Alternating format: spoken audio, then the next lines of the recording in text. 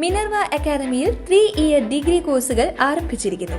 Medical lab technology, operation theatre technology, cardiac care technology, dialysis technology, hospital sterilisation (CSSD), radiology technology, optometry technology കൂടാതെ hospital management MBA കോഴ്സുകളും ആരംഭിക്കുന്നു.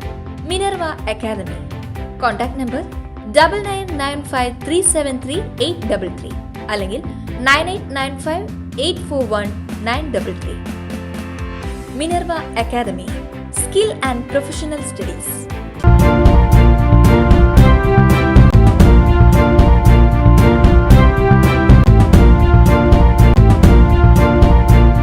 നമസ്കാരം, any time ന്യൂസിലേക്ക് സ്വാഗതം.